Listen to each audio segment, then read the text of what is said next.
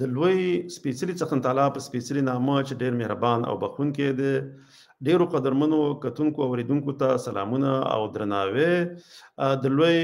افغانستان تلویزیون ته ښه راغلاست. ملګرو، څنګه چې تاسو ته به ښکاري په متن کې یا په موضوع چې زموږ ده د لوی افغانستان مفکوره، ځکه چې موږ د تلویزیون نوم دی لوی افغانستان، نو موږ نن غواړو چې دې په هکله لنډې خبرې وکړو او دا د لوی افغانستان مفکوره چې ده ډېرو ملګرو سره به موږ د خپل نظره شریک کړو. نو په دې باندې شروع کوو. دا د پښتنو د شعوري بیدارۍ له لارې ملي یووالي ته لاره چمتو کوونکی عمر بورا زماني. بیا به همداسې په سیزو د خیر سره بل سلایډ ته پیژندنه.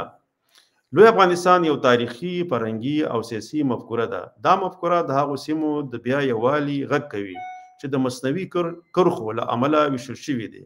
دا یو احساساتي نه بلکې شعوري او ملي هدف دی. همغه راځو ویژن ته، کنه لکه چې اول د یو شي دپاره ستا سره باید یو ویژن یو فکر در سره یي، لید لوری یا داسې لید در سره یي چې ته څه کول غواړې. یو داسې لوی افغانستان چې پکې ټول پښتانه، بلوچان او افغان قومونه د خپلواک تصمیم، خپل واک او ملي هویت سره متحد، باعزته او سوکاله ژوند وکړي، له استعمار، استثمار او تحقیر پرته. دا زمونږ ویژن دی، دا زمونږ لید دی د لوی افغانستان دپاره. میشن د ماموریت د پښتون ولس ته د تاریخي، سیاسي او فرهنګي پوهاوی رسول، ترڅو پوه شي چې د پنجابي ریاست تر ادارې لاندې ژوند د دوی ملي هویت، ژبه، تاریخ او واک له منځه وړي، او دا چې یوازینۍ د خلاصون لاره د لوی افغانستان د نظریې پلي کول دي. بیا دا د سټریټیجي کنه لکه چې دې دپاره به تګلاره څنګه وي. اولو کې چې دی لکه هغه ویژن دی، ته باید یو لید لور ولري، بیا هغې دپاره میشن به برابر وي، بیا به وروسته سټریټیجي جوړوي چې په دې سره عملي کیږي که نه. نو هغه چې دا هغه شعوري بیداري ده، عام پوهاوی، لیکنې، ویډیوګانې، کتابچې، راډیو، غونډې، دې دپاره باید دا کارونه وشي چې په پښتنو کې پوهاوی راشي، نه د هغې هغه شعور باندې کار وشي. نو بیا به وروسته د خیر سره د لوی افغانستان جوړښت یا د لوی افغانستان جوړونه اسانه وي، چې کله ټول پښتانه په همد یو غږ شي، ټول افغانان په یو غږ شي، دغه نور قومونه لکه بلوچستان او دغه نور چې په یو غږ شي، نه چې موږ په یو لویه جغرافیه کې سره راټولیږو او مشترکه جغرافیه جوړوي د لوی افغانستان په نوم باندې، چې بیا دې د پنجابي تسلط افشا کول. اول باندې موږ باید په دې باندې کار وکړو چې ولې موږ باید دغه پښتانه، بلوچستان د افغانستان سره یوځای شي او د پنجابي د استحصال او د هغې د استثمار څخه راجدای کړو. نو دې دپاره کار کول پکار دي. بیا به موږ داسې لکه چې څومره زموږ وس کېږي هغومره چې دغه څومره د پنجاب په دغه نورو قومونو باندې ظلمونه کوي، د دې استحصال کوي، د هغه په اړه باندې به موږ خبرې کوو او له نورو ملګرو نه به هم اورو او هغه به هم له تاسو سره شریکوو. سندونه، راپورونه، سیاسي تحلیلات، ښودل شوی ظلم، یعنې دغه ظلمونه چې په دغه وزیرستان کې لکه پرون وشول، په هغې باندې موږ پروګرام وکړو. داسې نور ډېر ظلمونه کوي په پښتنو او بلوڅو باندې، د دوی دغه مدنیات وړي، لکه دوی ته بیرته پکې هغه کومه ونډه چې دغه د پښتون قوم کېږي هغه ورته نه ورکوي. نو په دې باندې به د خیر سره موږ کار کوو، دې دپاره به کار کوو، د هغې به هغه ظلمونه به ښکاره کوو څومره چې زموږ د وسه کېږي. نو دا په راتلونکي کې څومره موږ سره وخت و په همیشه موږ په دې باندې کار کوو. د تاریخي هویت بیا ژوندي کول، یعنې دغه کوم تاریخ چې د پښتنو د هغې باندې به کار کوو، ځکه هلته د پاکستان کې چې کوم نصاب جوړ دی، هغه په پنجاب چې کوم نصاب جوړ کړی پښتنو ته، د هغې په هغه ماشومانو په ذهن باندې داسې کار کوي چې د هغې نه هغه پښتونولي اخلي او په هغې په فکر او ذهن او سوچ کې پاکستانیت هغه چې دی هغه به پیشکاري کوي. نو دې خاطر باندې موږ به د تاریخي هویت بیا ژوندي کولو دپاره هم کار کوو. نو خپل مشران به ورته ورپېژنو پښتنو ته چې د اصلي زموږ د پښتنو تاریخي مشران کوم یو دي. نو په دې به هم کار کوو. بیا دا دی که نه لکه همدغه سریجي کې بیا لکه احمدشاه بابا شو، خوشحال خان بابا شو، بچا خان بابا شو او نور اتلانو افکار سیاسي بیا دی قددي افکار چې دي دا به له تاسو سره شریکو، له نوي کول سره، نوي نسل سره به دا موږ د خیر سره په راتلونکي کې دا به ورسره شریکوو. لکه خوشحال بابا باره کې داسې و چې دا لکه د دوو نسلونه چې و دا د مغولو لکه چې څنګه اوس دا ځینې ګل خانان د پنجاب په غلامۍ کې دی د پنجاب دپاره نارې او چغې وایي، د پنجاب زنده باد، د پاکستان زنده باد چغې وایي. داسې د خوشحال خان بابا لکه دوو نسلونه دا د مغولو سره به یو ځای او په پښتنو باندې به ظلمونه کول او پښتانو ځمکې به د مغولو په حاکمیت کې ورکولې. خو چې کله خوشحال بابا لکه هغه چې کله ونیول شو بندي شو بیا ورته جوته شو چې نه ما چې څومره د پردي قوم دپاره هر څومره هلې ځلې وکړې پښتانه هم د هغوی په غلامۍ کې ورکړه خو بیا هم دغه زموږ خپل نه شولو نو خوشحال بابا چې کله بندي شو بیا هغې سره دا فکر دا مفکوره ورسره پیدا شوله چې باید زه د افغانانو دپاره د ازادۍ دپاره ودرېږم نو بیا یې همدا مې لکه نه د افغان په ننګ مې وتړله توره ننګېلې د زمانې خوشحال خټک نو بیا هغه شعر هم چې دی همدغه وخت نه شروع شو دا چې خوشحال بابا خپله ډېرې هلې ځلې وکړي چې څومره هغه په خپلو هلو ځلو کې بریلی شو نو دا هم خپله د تاریخ یو دغه دی چې ځکه هغه یووالی په هغې په وخت کې رانغلو خو بیا همدغه تحریکونه هم داسې روان وو چې بیا میرویس نیکه ته ورسېدو او بیا هغه شو په هغه وخت کې بیا د پښتنو هغه د یو دغه د هیواد د جوړښت یو اساس یا بنیاد چې دی هغه کېښودلی شو په هغه وخت کې بیا مکمل شو د میرویس نیکه په وخت کې د هغې د زوی په وخت کې بیا چې بیا تقریبا ایران نیم ایران یې ونیو او بیا لوی افغانستان هغه بنیاد چې د هغې جوړ کړو بیا احمدشاه بابا لوی افغانستان جوړ کړو نو بیا دغه دی چې د سیاسي تنظیم او واحد جریان بیا به د خیر سره دې لپاره چې موږ کار کوو نو بیا لکه نور ملګري هغه به هم په دې کې ورو ورو څومره چې راتله بیا له قومي او ژبني ویش نه خلاص متحد سیاسي حرکت دا به داسې چې لکه اوس دا ځینې وخت کې دا موږ خپله پښتانه په خپله لکه څوک دغه وایي دا لکه دا څو دفعه زه وایم دراني او غلجي او دا شیونه کوي چې د دې نه او دغه لهجو په باره کې هم ځینې پښتانه په جګړه کې دي نه باید موږ افغانان او پښتانه شو نړیوال مشروعیت نه چې بیا نړیوال نه بیا ورو په نړیوالو سره هم کار وکړو چې زموږ دغه کومه دغه چې ده د لوی افغانستان د خاورې یو ځای کېدل به د افغانستان سره په دې کې د نړیوالو هم ګټه ده او دغه ته په دغه منطقه کې سوله هم راځي ثبات هم راځي او اقتصاد هم پیاوړی کېږي چې دا د ټولو هیوادونو په ګټه ده د ټولو قومونو په ګټه ده نو دا به موږ ورو ورو داسې کوو له نړیوالو حقوقي اصولونو کار اخیستل بیا د اصلي ستونزې به د لپاره چې د پنجابي ریاست هغه مستقیم او غیر مستقیم واک چې دی دا باید پښتنو ته سړی وروپېژني د پښتنو اقتصادي محرومیت چې لکه څنګه پښتانه د خپل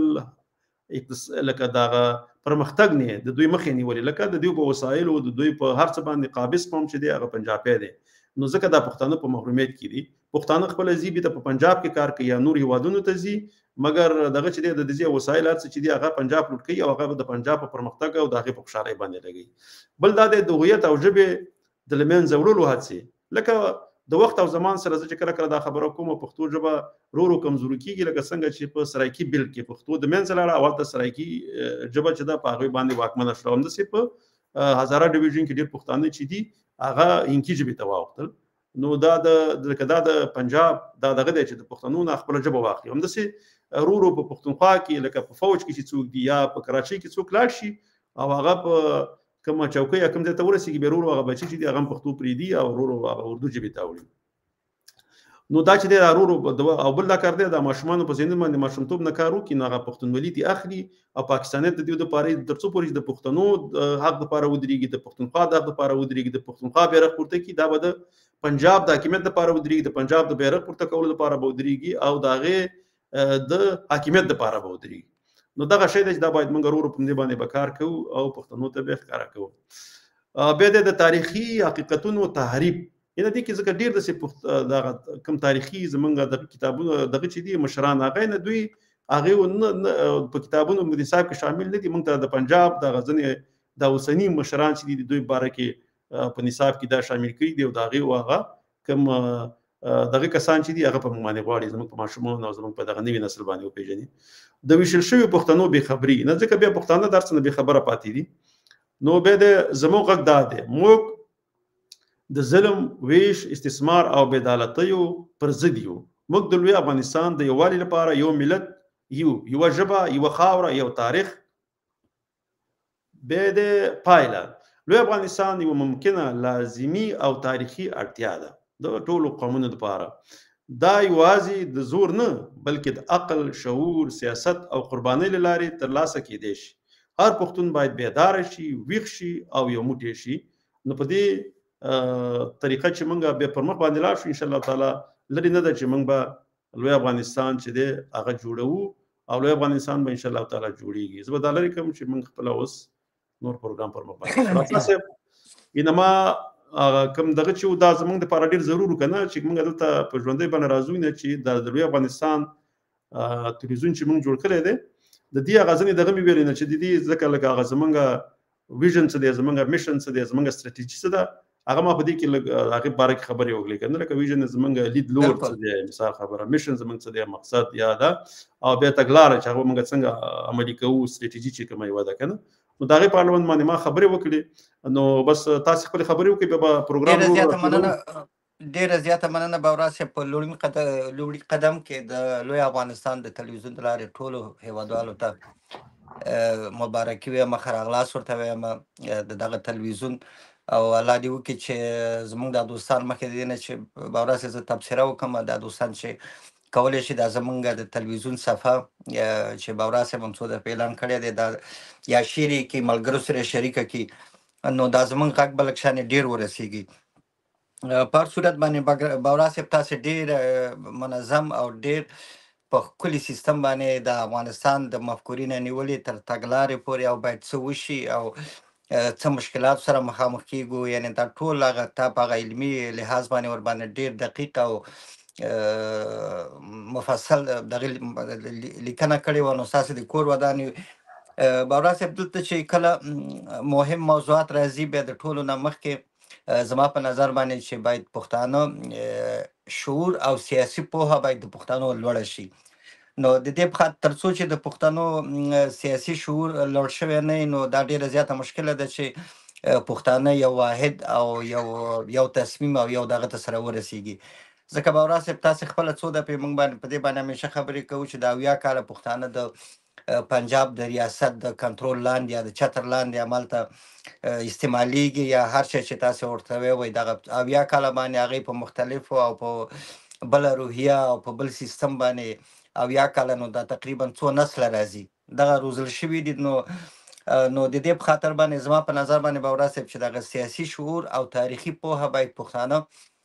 د ټولو نه کنه، یعنې په لومړي قدم کې دې ته دغه شي، ځکه که چېرته پښتانه سیاسي پوهه ولري او په خوا کې په خپل تاریخ باندې پوه شي چې زموږ تاریخ څوک د کم وخت نه شروع شوی دی، موږ څوک یو، موږ په منطقه کې څوک یو، او کنه دا زموږ خاوره او خپل دغه په هر لحاظ تاریخي مشران وپېژني، نو بیا خپل پښتانو ته هغه ټول مشکلات حلیږي، ځکه چې بیا پښتانه خو خپل کلتور لري، خپل عنعنات لري، خپل ثقافت لري. په دغه 15,000 کاله کې چې دغه منطقه کې پښتنو ژوند کړی دی، دا خو نو داسې عادي نه دی تېر شوی، دا شو نو دا خو طبیعي ده چې دې کې دا هر څه ځکه چې دا قوم دا ملت تر اوسه پورې ژوندی پاتې شوی دی. نو باورا صاحب خبرې ډېرې زیاتې دي، تاسو نه ډېره یوه نړۍ مننه. انشاءالله دا د ټولو مسؤلیت دی، دا یوازې ستاسې نه، د ټولو هغه با مسؤلیت افغانانو مسؤلیت دی چې په دغه برخه کې کار وکړي، او تاسې ډېر ښه په شکل باندې هغه کومه برخه کې که څوک کولی شي تاسې هغه معلومات دقیق ورکړی دی، ځکه چې دغه ټولې برخې چې په دې ټولو کې کار وشي، نو انشاءالله ډېر زر به نتیجه ورکړي، او هم به د افغانانو د پوهاوي په خاطر باندې، هم د افغانستان د جوړېدو په خاطر باندې، نو دا ډېر ښه کار مو شروع کړی دی، او انشاءالله ټول افغانان به په ګډه انشاءالله دا پروګرام مخکې وړي. نو باورا صاحب ډېره زیاته مننه. ستاسو په خبرو کې ماته داسې یو وړوکی غوندې داسې یا سوال ورته ویوئ یا که ورباندې تاسې وضاحت ورکوئ، هغه قومونه چې په ټول دغه بخصوصا دغه معاصر تاریخ کې په دغه د افغانستان یا د پښتنو په خاوره باندې دلته ژوند کړی دی، سره مشترک ژوند یې کړی دی، که هغه بلوڅ دي، که هغه زموږ پشهیي ورونه دي، نورستاني دي، یا که ازبک دي، یا هزاره دي، که هر څوک دي، که په دې هکله باندې تاسې لږ معلومات ورکړئ، بخصوصا په دغه اخر 300 یا 400 کاله چې دغه منطقه کې په دغه قومونو سره کوم ژوند کړی دی، نو که معلومات لرئ باورا صاحب مهرباني. داسې چل دی چې همیشه پښتون چې دی هېڅکله د چا حق نه خوري، همیشه پښتنو د هر لږکیو ته د خپل حق نه زیاته برخه ورکړې ده. اوس که موږ وګورو، اول همدغه پښتنو واکدارانو یا پاچاهانو به چې په هند باندې حکومت کوو، لکه ابراهیم لودي شو، شیرشاه سوري شو، داسې نور ډېر پښتانه پاچاهانو چې په هغه ځای باندې حکمراني کړې ده، تر څو پورې چې په خپله پښتو ژبه واکمنه کړي، دوی د پښتو ژبې په ځای باندې دري ژبې ته کار کړی دی او فارسي ژبه بیا واکمنه کول. همداسې په خپل فوج کې په خپل په لوړو پوستونو باندې به همیشه د نور قومونه ځان سره نیول، او خاص کر بلوڅانو چې دا خو یو خاصه ورورولي د احمدشاه بابا سره درلودله، او هغې په فوج کې هم چې کله دوی په پانیپت کې جګړه کوله، نو په جګړه کې خپله بلوڅان هم د احمدشاه بابا سره مل وو، او هغه جګړه کې چې دی هغه بیا احمدشاه بابا چې وګټله، نو په هغې کې بلوڅان هم برخه اخیستې وه. نو پښتانه همیشه د خپل حق نه زیات هغه خپل لګکوي ته ورکړی دی ویس کړی د کم قوم استحصال نه دی کړی خدای یو تیروتنه خو خیر پښتنو کړی ده چې د خپل ژبې په ځای باندې بل ژبه واکمنه کوله دا یو تیروتنه ده چې دا اوس یو غټ دغه د مشکل دی خپل پښتنو ته ځکه چې چیرته په وخت کې پښتو ژبه د افغانستان ملي او رسمي ژبه شوې به بیا دې کې د ملت جوړونه کې دې ته یو ډېر غټ کار به کوو ځکه چې کوس ګوره دا ځینې قومونه چې د فارسی یا تاجکو سره ډېر زیات ځان نږدې ګڼي دا ولې ګڼي ځکه د ژبې په اساس باندې لکه اوس یو ازبک چې دی هغه په پښتو نه پوهېږي مګر په فارسي ژبه باندې پوهېږي یا په دري ژبه باندې پوهېږي همداسې یو بل د ترکمن هغه په پښتو په ځای باندې په دغه باندې ډېر پوهېږي په دري یا فارسي باندې پوهېږي نو هغه داسې دی چې تر څو پورې یعنې هغې ته خو پښتون او تاجک یو شی دی مګر هغې سره د هغې هغه رشته چې ده هغه د ژبې په واسطه باندې ډېره زیاته نږدې شوې ده هغې پښتو ورته پښتنو پاچاهانو نه ده زده کړې د هغې په ځای باندې هغې هغه فارسي ژبه زده کړې ده نو په هغې چې کله کومه مسله راځي نو ځان دغه ته تاجکانو ته نږدې ګڼي هغه دې په خاطر باندې چې هغه د ژبې نږدېوالی دوی سره نږدې کړي دي نو دغه کار چې دی دا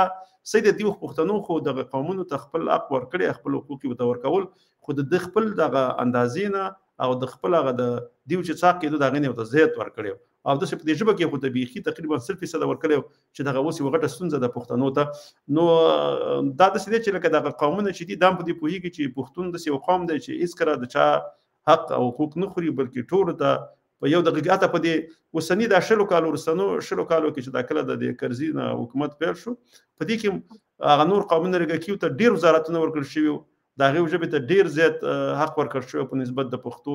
چې صحیح ده حق به یې ورکړی وي هر څه به یې کړی وی یعنې هغې ته خو خپل حق ورسېدل د خپل حق نه زیات خو دلته د پښتنو حق وخوړو نو پښتنو چې ظلم کړی خپله د پښتون سره کړی دی د پښتون ولس سره یې کړی دی د دوی د ژبې دوی د کلتور د هر څه سره یې کړی مګر د بل قوم سره نه دی کړی نو موږ داسې وایو چې په راتلونکي کې د خیر سره لوی افغانستان جوړېږي موږ به لکه پښتانه به د ټولو لږکیو ته د هغې په اندازه باندې د هغې حق او حقوق ورکوي خو لومړی دا چې دلته د پښتنو یو اکثریت دی باید د پښتانه چې کوم حق او د ژبې دي لکه داسې نور دي په وزارتونو کې دا باید هغه پښتانه خپل حق ولري زیات په خپل هغه نفوس په دغه باندې ځکه دا دیموکراسي هم ده او عدالت هم دی او انصاف هم دا دی چې دا خپل باید ته حق ورکړی شي بالکل باورا صاحب ګوره دا د پښتنو چې هغه خپل حق یعنی ادا کړی وی موږ پښتانه هیڅ وخت د بل چا په حق باندې تیری نه کوو او نه هم کړی دی او دا لازم هم نه ده ولې هغه پښتانه چې هغه خپل حق چې واخلي یعنی په خپل اندازه باندې تر اوسه پورې که هغه په دغه میډیا ده په افغانستان کې یا خو د هر چا په لاس کې چې ده یعنی هغه فیصدي د میډیا په د ژبې په لحاظ باندې موږ یعنی تقریبا 100% کې هم نه راځو ولې در حال کې چې لتم دی خیر هغه دغه خو دا یو مثال راوړو باورا صاحب دا یو مثال مې درته راوړو کنه یعنی هغه باره کې زه په یو خبرې کوم زه پوه شولم کله موږ مثلا زه خپل کله دوستانو سره کینو چې اکثریت یا مثلا د نور ژبې ولې هغې موږ به اکثریت یو ولې که د یو د بلې ژبې سړی موږ کې راشي موږ به ټول مثلا د هغې په ژبه خبرې کوو علتونه بیا زه د دوه علتونه زه بیا بس کوو تا چې دغه د تلویزیون پاک لباندې ویل تلویزیون مسله داسې ده چې دغه تلویزیون چې دي اکثره په دې اخره کې خو شخصي شوي دي او شخصي شوي چې دي لکه د تاجکو خپل دغه په فارسي چې د تلویزیون څومره دي دومره د دوی اقتصاد نه دی خو د څه دی چې دې شاته دغه ایجنسیګانې دي یا خفیه ادارې دي چې هغه د ایران له طرفه دوی سپورټ کیږي او پیسې د بل ځای نه راځي نو ځکه د دوی میډیا چې دا ډیره قوي ده او د دوی اکثره د شخصي تلویزیون او راډیوګانې چې وي دا ورته ماغوی جوړولې او بل دوی چې دي په دې کار کې ډېر زیات وخیل چې دوی د بهرني هیوادونو سره ډېر ښه تماس نیسي لکه دا اوس د انټرنیشنل افغانستان چې دی کنه لکه دا موږ دوی جوړ کوم ګر اوسه پورې پښتون ته خو یو دغه سپورټ دوی نه ورکوي خپل دغه لګکوي ته ډېر ورکوي ځکه دوی کې بیا دغه دي چې کله دوی د لاري وغواړي بیا په زموږ په هیواد کې لاس وهنې کوي کنه نو ځکه دغه تلویزیون دې ورکوي دوی د بهر نم دوی سپورټ کیږي او د یو بل هیواد نه چې هغه داسې یو هیواد دی چې هغه زموږ فرهنګي او زموږ د ژبې دښمن دی د هغې د لارې هم سپورټ کیږي او د پاکستان د لارې هم اوس دوی دا ځینې کوښښونه کوي چې دوی بېرته راپورته کړي د یو دغه نظام په ضد باندې چې ناامني په افغانستان کې جوړه شي نو ځکه دوی کار لکه څنګه چې موږ غواړو لوی افغانستان جوړ کړو داسې پاکستان چې دی هغه زموږ ازلي دښمن دی هغه خو چې کله نه جوړ شوی دی نو هغه به زموږ دښمن جوړ شوی دی هغه په دې خاطر په دې پوهېږي چې افغانستان اقتصادي له پلوه او د پرمختګ له پلوه د پاکستان مخکې لاړ نو بیا پیښه چې خپل پاکستان به ډېر زر د جګړې نه بغیر به تجزیه طرف ته ځي بیا به ټول خلک غواړي د پښتانه او بلوچ زر ځان د افغانستان سره یو ځای کړي نو دې په خاطر باندې هغه د جګړو ته دوام ورکوي نو دغه کار دی بل دا خبره چې دی وکړه چې موږ دوه کس موږ چې لکه 15 کسان یو هغه یو کس موږ ورسره په دری خبرې کوو هغه د څه دی چې دغه د ژبو اقتصاد چې دی هغه د دې شاته دغه علتونه دي ځکه چې د افغانستان دفتر ژبه چې وه هغه فارسی وه نو ځکه یو پښتون لکه یو فارسیوان مجبور نه و چې هغه پښتو زده کړي ځکه چې دفتر او د کاروبار ژبه چې وه هغې وله فارسي کړې وه دغه پخواني پاچاهانو او پښتون ځکه پښتون مجبور و ځکه چې هغې به کار هم کوو نو هغې به بیا د کار ځای کې چې هغه ژبه دفتر چې وه هغه په تقریبا فارسي باندې وه نو دوی به مجبور و چې هغه دري یا فارسی ځکه موږ خو ته دري وو خو هغه څومره چې موږ ومې او خپل هغه دري ژبې چې دي هغه ورته فارسی وایي ځکه دغه یو مشکل دی که موږ ورته هر څومره ویو هغې ورته دغه شی وایي نو ځکه ځینې وخت کې موږ هم که دري ورته ویو هغې بیا هم راسره نه مني نو چې نه مني هغه موږ هم ورته دري ځکه دې باندې ورځ ما د یو بل پښتون سره خبرې کول هغه پښتانه چې هغه دري ژبې شوي دي پښتو خپله یې راکړې ده داسې 10% دغه د واک فاونډیشن کتاب چې کله ما لوستی په هغې کې لیکلي وو چې 10% پښتانه چې دي هغه خپل ژبه پروفیسور دي او دري ژبې ته وختري دي نو هغه له بیا خوند ورکړي ځکه فارسی ژبه د ایران د دې قوم باندې پښتانه دي په خټه پښتانه دي نو بیا دوی د فکر کوي چې راشه وز دا دري ورته وي هغه دا چې په دې باندې هغه فارسی ودان چې دی هغه هیڅ نه خوشاليږي هغه تم د خپل فارسی ژبه وایي خو زمونږ هغه پښتانه چې دي چې اوس دري ژبې شوي دي هغه خدای هغه بیا لکه بیا دا کوشش کوي چې زګه دغه وکړي دغه ژبه د منګه دري ویو په کتابونو کې دري لیکل شوی د افغانستان خو د شته چې خپل خلک نه مني ځکه ایرانیانو په کې دغه شی دغه د میډیا د لارې چې مګه میډیا مرته ایران جوړ کړي و دغه د لارې په دوی کې داخلي ده نو ماغه اقتصاد مسله و ځکه دغه نو هغه مجبور نه و چې دغه مجبور شوی وي به خپل دغه ځکول د پښتو او هغه کې دغه اقتصادي ژبه پښتو به مجبور کېدل ځکه چې اقتصاد په دري ژبه کې و او دا دغه پاچاهانو غلطي و ځکه زمونږ د پاچاهانو چې دی وایي په پښتو لکه دوی دغه نه کولې خبرې نه کولې او دربار ژبه د دفتر ژبه هم د فارسی و د خپل هم نشول نه وېزده نو ما ټول کار په ماغه باندې روان خو ان شاء الله تعالی کار به کیږي لوی افغانستان د پاره مون کار کوو مون ټول قومونو ته باید دغه حق ورکړي شي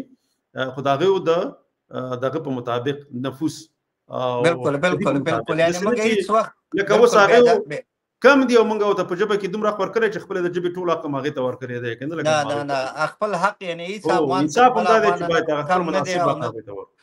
بالکل یعنی هیڅ افغان یو افغان د بل افغان نه کم دی او نه زیات دی باید ټول ته په یو سترګه یعنی هغه خپل حق او عدالت ته ورسیږي موږ د دغه خبرې طرفدار او هم دې په خاطر باندې کارم کوو د سند چې خدای نه خاصه موږ په نور قومونو تجاوز کوو یا نور قومونو ته توهین وکړو یا نور ژبو ته توهین وکړو هر څوک هر قوم د خپل ژبې ته کولای شي کار وکړي خدمت وته وکړي اول د توهین صلاحیت نه باید بل ژبې د توهین څوک نه کوي او موږ هم دا کار نه کوو ورسې نو ان شاء الله کار وکړو په آینده کې مشترک به کار کوو چې دا ټول برخه په نظر کې سره ونیول شي ځکه چې یوازې سیاسي برخه نه ده باید د افغانستان کلتوري برخه کې کار وشي فرهنګي برخه کې کار وشي هنري برخه کې کار وشي یعنی مختلفې برخې دي چې دا ټول باید سره ژوندۍ وساتل شي ځکه چې لکه چې کله موږ سره دلته دا پروګرام ګوري که هر یو کوم سوال لري دلته چې کولی کوي که فیسبوک کې استي دا چې کومنټ وکړي دلته موږ تخکاری بیا په دې شبه باندې مرضی نو که زمونږ د وس مطابق موږ کولای شو جواب درکو پراتلونکي کې کله تاسو د څه کوي بل دا کار دی چې دغه لوګو چې دا د لوی افغانستان د تلویزیون لوګو ده دلته سټوډیو چې دی ما په خانه سټوډیو راغلی دا خپل هم دلته د لوی افغانستان سټوډیو و نن زنه پیګم ته وطن کې رانه دار اغله نو زه ان شاء الله تعالی بالکل باور صاحب زه ان شاء الله د سبوګو چې دا پروګرام نن شپه ختم کو د نور چینل لري نو بس دوستانو سره به خدای پامانی وکړو چې دا تقریبا شلو نم زیات شمو خل 60 دقیقې خبرې به وکړو نو دوستانو تاسو ټول ته خشپه تر سبا پورې د خدای پامان او مرګرو په لوی الله سپارو د بل پروګرام پورې خوشاله آرام او سوکاله ژوند لري د الله پامان